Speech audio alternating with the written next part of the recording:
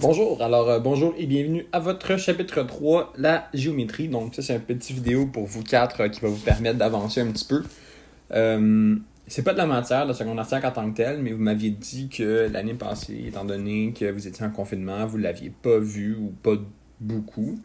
Donc on va prendre un petit peu de temps pour le faire avant de commencer le chapitre, parce que c'est nécessaire à la compréhension du reste du chapitre aussi.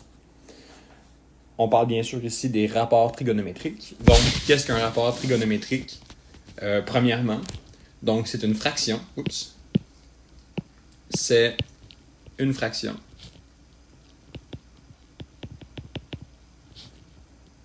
Qui est faite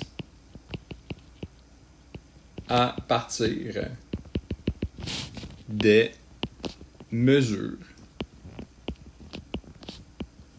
des côtés d'un triangle rectangle. Donc, ce que ça veut dire, ça ici, c'est que tout ce qu'on va faire aujourd'hui, tout ce qui va être dans la vidéo aujourd'hui, vous allez seulement pouvoir le faire dans un triangle rectangle. On va voir comment dealer avec un triangle qui n'est pas rectangle plus tard. Donc, pour l'instant, ce sont seulement des triangles rectangles. Et ces rapports-là, bien que ce soit des rapports qui sont entre les côtés d'un triangle rectangle, il va avoir finalement plusieurs rapports qu'on va utiliser. Donc, voici les trois. OK? Le sinus, le cosinus, la tangente. OK? Puis, ça, en passant, je prends pour acquis que vous savez faire Pythagore dans un triangle rectangle avant de commencer à faire ça, parce que je vais utiliser les mots comme hypoténuse. OK? Puis, on va s'expliquer aussi tranquillement, pas vite, c'est quoi une hypoténuse, c'est quoi un côté. Là, vous allez voir ici. Donc, ici, le sinus, comment ça fonctionne, c'est le côté opposé à un angle. Donc, à un angle, on va s'en parler après, sur l'hypoténuse. Le cosinus, c'est le côté adjacent sur l'hypoténuse. Et la tangente, c'est le côté opposé sur le côté adjacent. Bon, ça en passant, ce sont des formules que vous allez devoir connaître, bien que vous, comme je vous donne adjacent. Donc, comme vous, je vous donne accès à votre cahier, c'est sûr que c'est moins important pour vous, mais je vous donne un truc pour vous en rappeler, parce que moi, je l'ai fait, bien sûr, je suis prof de maths aussi, mais j'utilise un truc pour me rappeler de ça ici, c'est le SOHCAHTOA. OK, fait que là, je vous montre ici d'où ça sort, ça ici. C'est un petit truc mémotechnique pour se rappeler de... ici, par exemple, le sinus, c'est le côté opposé sur l'hypoténuse. Donc, d'où le SO, S-O-H. Fait que sinus égale opposé sur hypoténuse. Donc, ça, c'est le petit truc pour s'en rappeler. Si jamais vous êtes vraiment mal pris, si jamais ça ne vous tente pas de fouiller, voilà. Donc, ici, je vous montre le triangle suivant. Donc, voici un triangle ABC avec des côtés opposés. C'est-à-dire que, par exemple, ici, le côté C est opposé à l'angle C.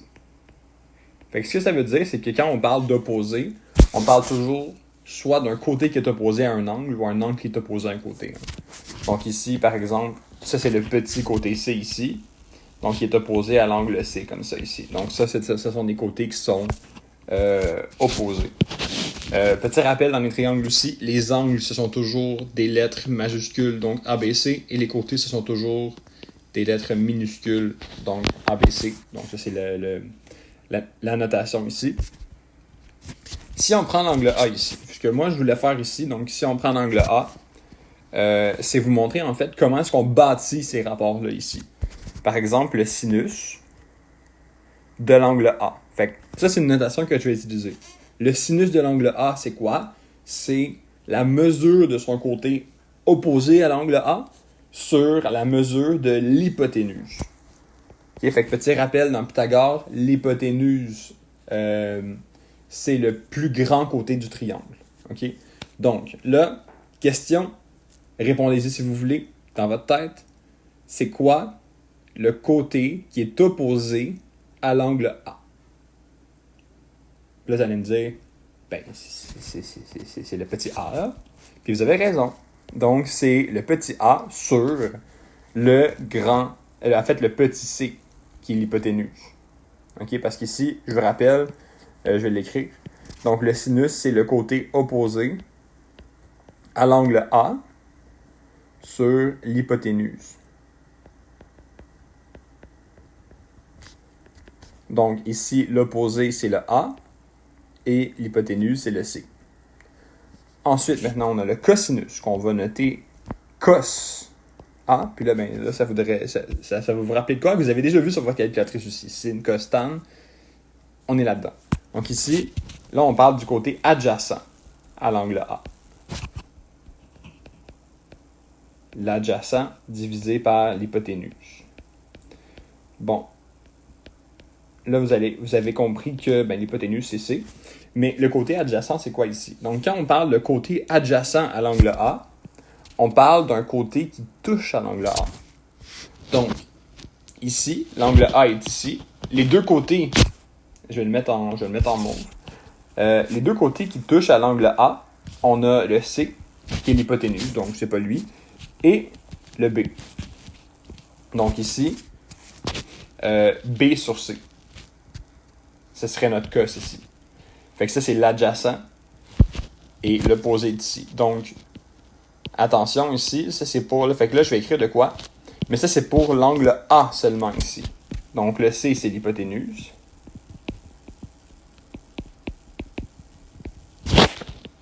Le A, c'est l'opposé. Et le B, c'est l'adjacent. Si on parlait de l'angle B maintenant, par exemple, si on parlait de l'angle B, ben ce serait le contraire. Ça, ce serait l'adjacent. Ça, ce serait l'opposé. Okay? Fait que quand on va faire un problème, il faut toujours falloir regarder dans le triangle c'est quoi notre côté opposé, c'est quoi notre côté adjacent. Okay? Mais ça, on va s'en parler après. On oublie le tan. Donc ici, la tangente de A, on avait dit que c'était l'opposé sur l'adjacent. OK? Puis ça, c'est comme ça que je m'en rappelle aussi, opposé sur adjacent. Ici, c'est le petit A sur le petit B. Comme ça ici. Donc, à quoi ça sert? Deux choses possibles, OK? Deux utilités possibles des rapports trigaux. Donc, ça, c'est toujours dans un triangle rectangle, en passant. Donc, triangle rectangle.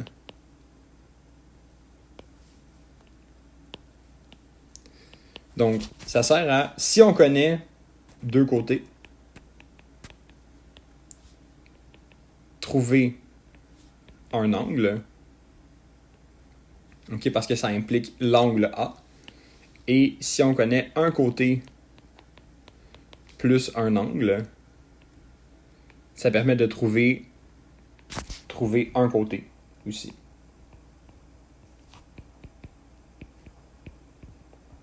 Si on a deux angles, malheureusement, ça, on peut pas... Ben, en fait, si on a deux angles, on peut trouver un autre angle en faisant 180 moins la mesure des deux autres.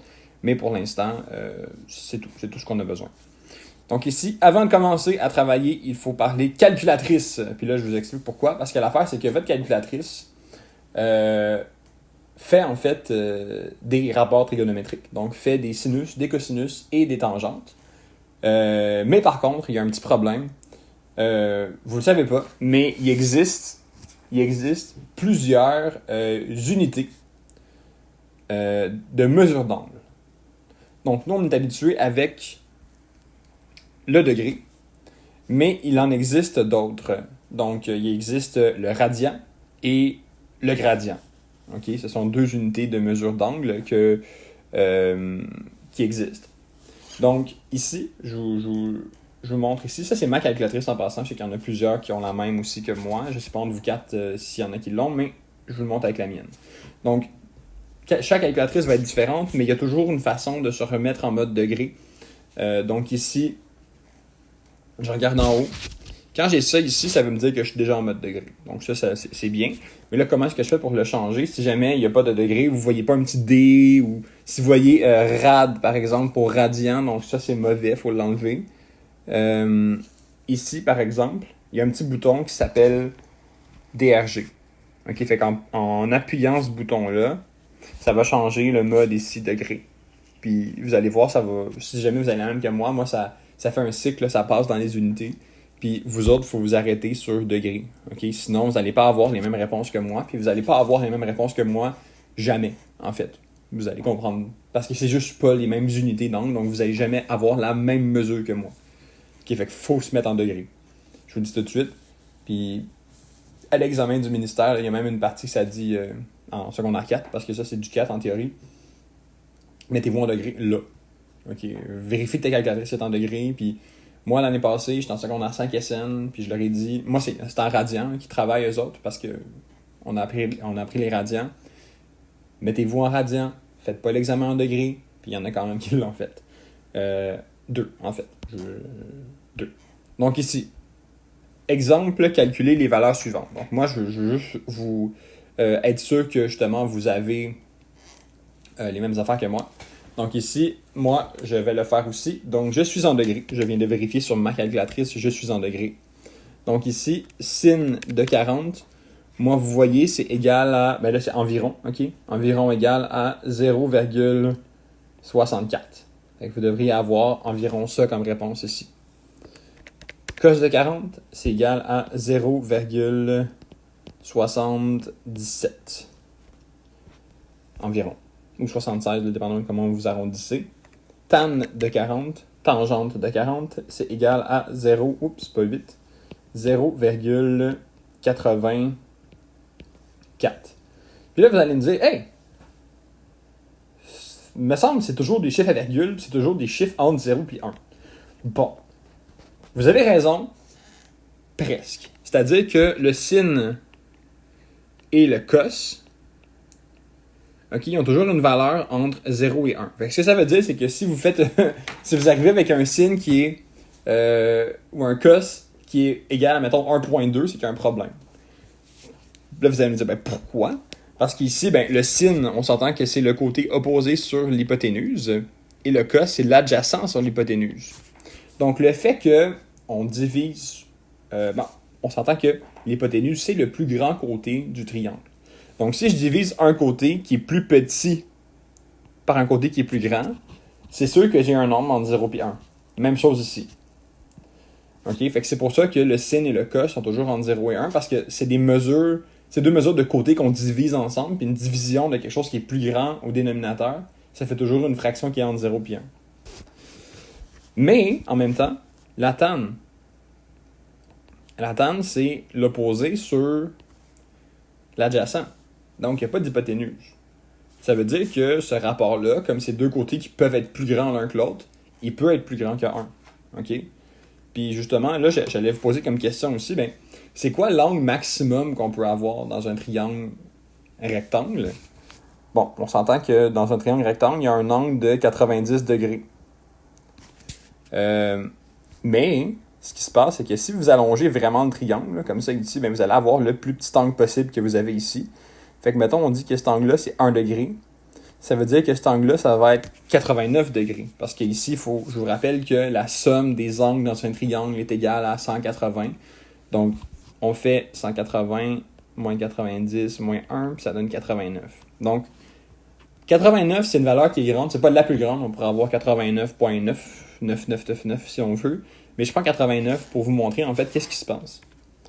Donc, le sinus, si je fais sinus de 89, on va avoir 0,9999. Donc, on est très près de 1. Si je fais cos de 89, ça me donne 0,02. Donc, c'est très petit. Et quand je fais tan de 89, et là, la grande surprise que vous allez avoir, vous allez faire quoi? 57,29. Donc, ce que ça veut dire, c'est que quand vous avez un triangle qui a 1 degré puis 89 degrés, ça veut dire que le côté qui est adjacent, donc ce côté-là, il est... c'est le côté qui est opposé, c'est ça, le côté qui est opposé, excusez, il est 57 fois plus grand que le côté adjacent qui est ici. Fait que c'est ça que ça veut dire ici quand on a une valeur qui est très très très grande comme ça. Donc c'est ça la note que j'allais dire. En fait, la note est ici. Là. C'est que le sin et cos, il est entre 0 et 1, mais le tan, lui, il peut aller jusqu'à l'infini en fait. Là. Vous pouvez même essayer le 89.99999. Moi, je peux le faire. Là. 89.99999. Là. J'ai mis 6,9. J'ai fait tan 89,999999. Puis j'ai eu 57 295 779,51. Donc, ça veut dire que le côté opposé serait 57 millions de fois plus grand que le côté adjacent dans un triangle avec ça comme angle. Un triangle rectangle, pardon. Assez intéressant la triangle. Donc, finalement, on va calculer les mesures manquantes. Donc, moi, je vais arrêter mon vidéo parce que j'ai une limite de 20 minutes et on revient tout de suite.